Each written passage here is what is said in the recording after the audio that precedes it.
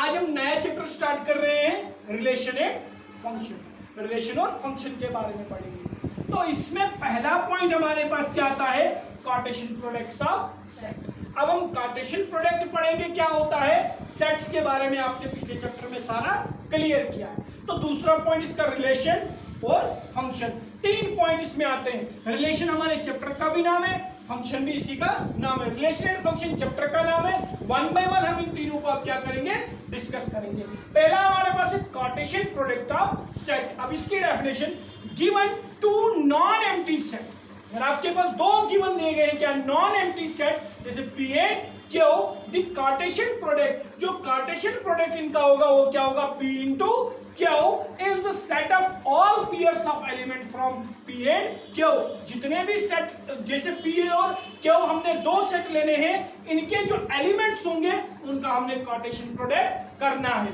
For example P multiply Q, multiply का sign लग गया तो कार्टेशियन प्रोडक्ट, प्रोडक्ट का मतलब मल्टीप्लाई होता, लग गया मल्टीप्लाई का साइन इनटू कर्ली ब्रैकेट। अब हमने पी को क्यू के साथ कार्टेशियन प्रोडक्ट, इसमें क्या होता है, राउंड ब्रैकेट, पहला पी वाले एलिमेंट, पी वाले सेट का ए लिया हमने और बी क्यू वाले सेट के साथ उसको प्रोडक्ट किया।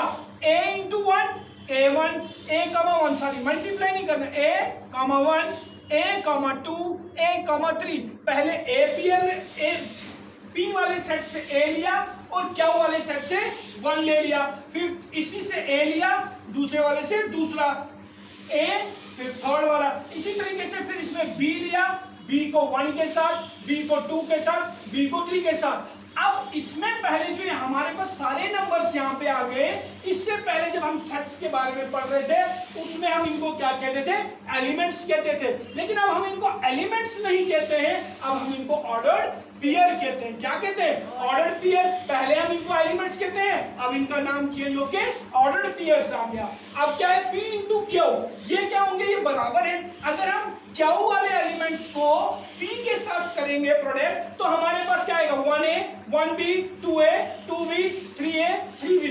That means Q is not equal to R, Q जो है वो आर के बराबर नहीं है। क्यों, क्योंकि इनका सीक्वेंस बिल्कुल चेंज हो रहा है। तो इसी में remembering points of Cartesian product of set, अब कुछ पॉइंट्स दिए गए हैं, इनको अब हमने क्या करना है, याद करना है। जैसे two ordered pairs are equal if and only if the corresponding elements of the elements are equal and the second elements are also equal। इसमें क्या होता है, जैसे हमारे पास ये वाले एलिमेंट्स यहाँ पे दिए हैं, पहले एलिमेंट्स और दूसरे एलिमेंट, ये दोनों क्या है, ये नॉट इक्वल है। क्यों, क्योंकि यहाँ पे पहली सीक्वेंस क्या, ए और बी, यहाँ बी और ए है, तो इसमें कार्टेशियन प्रोडक्ट में ये दोनों सेम नहीं आएंगे। यहाँ पे क्या है, A comma B equals to A comma B, that means ये दोनों क्या है, ये इक्वल है। जब हम इनका प्रोडक्ट निकालेंगे तो वो सेम आएगा, चाहे इस वाले सेट से इसको मल्टीप्लाई करो, इस वाले सेट को उसको मल्टीप्लाई करो, दोनों का प्रोडक्ट जो है वो सेम आएगा। Second point, if there are P elements in A and Q, A and Q elements in B, हमने सेट लेना है एक ए, उसमें बी वाले एलिमेंट, और बी वाला सेट लेना है उसमें क्यू वाले elements, then there will be P Q elements in A into B. Therefore number of element of A equals to 3, number of element जो होंगे एक सेट में वो 3 होंगे, number of elements in B equals to 2। अब इनका product 3 into 2 equals to 6, therefore N in number of element A into B equals to 6 होगा।